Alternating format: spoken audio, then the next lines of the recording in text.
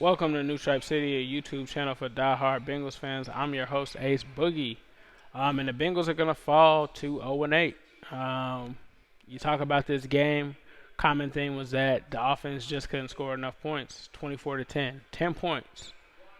Several. It looks like Otta Tate was about to have a touchdown there at the end. Too little, too late. Timeouts were taken sporadically, but they end the game with not having many there. Uh, you know, this was a game where Joe Mixon was able to get something going. He caught a touchdown. He was kind of involved in this game. The Bengals were in this game, but they simply just could not do anything in the second half in terms of scoring. The offense couldn't put up enough points. From a defensive perspective, they couldn't stop Cooper Kupp. Tony McRae just had a field day. I mean, not Tony McRae. They had a field day on Tony McRae.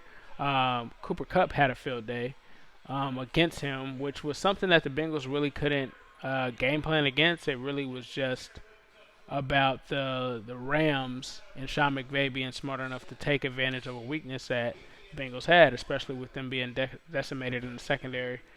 Look, heading into the bye, this is a team that does not look good. Tyler Eifert actually was another lone bright spot for today. Had a lot of receptions along with Auden Tate, who I believe had about 74 yards. Um, but it seems as if that the Bengals for this game, Zach Taylor's play calling was a little bit better, but it seems like they were almost advertising some of their players, most notably Tyler Eifert. Eifert seems like a guy that they have floated out there for a third round pick. Seems like they were really trying to force the ball a lot to him this game. Seems like that could be to advertise and raise his stock value for other teams that may be looking at him, whether that's the Saints, whether that's the Patriots. Those are going to be guys that will intrigue those teams. But this team is bad. 0-8, I'm not too upset about it. I kind of want them to stay in position to get the number one pick at this point. Chase Young isn't helping this offense, guys. A lot of people are going and jumping on Chase Young because he had a four-sack game yesterday. Those four sacks aren't going to help score any more points on this team. And this is why I say that they need a quarterback. This is why they need a quarterback. This is why you need a quarterback. So hopefully people had some fun over in the UK. I hope for their sake that our fans at least had fun there.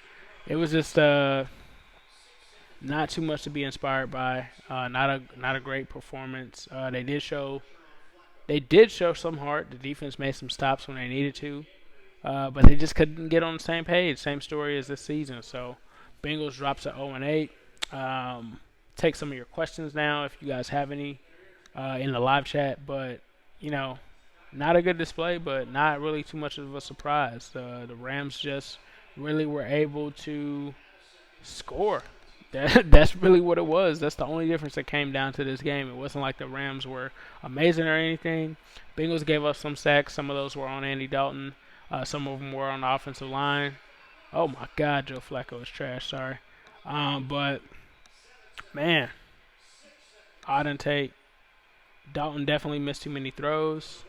How did the touchdown get called back? Well, what happened was Auden Tate went out and grabbed the ball, but as soon as he went to the ground, the ball moved, so they overturned the play and called it an incomplete pass for the touchdown or incomplete catch for the touchdown.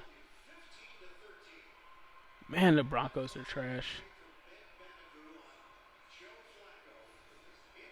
That's another team we have to watch out for in terms of someone trying to take a quarterback. Someone says that they're not sold on Burrow.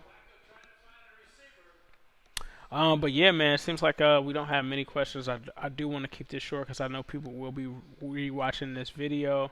But Joe Mixon, Eifert, Tate were guys that looked pretty good. We'll see if there's any trades. This is going to be very interesting because I believe Tuesday is a trade deadline. Let's see what happens. I think Tyler Eifert could get traded, man. I think it's realistic that Corey Glenn could get traded too. So let's see what's happening. But as usual, I'll leave you guys with a who day, all day, every day, especially on Sunday.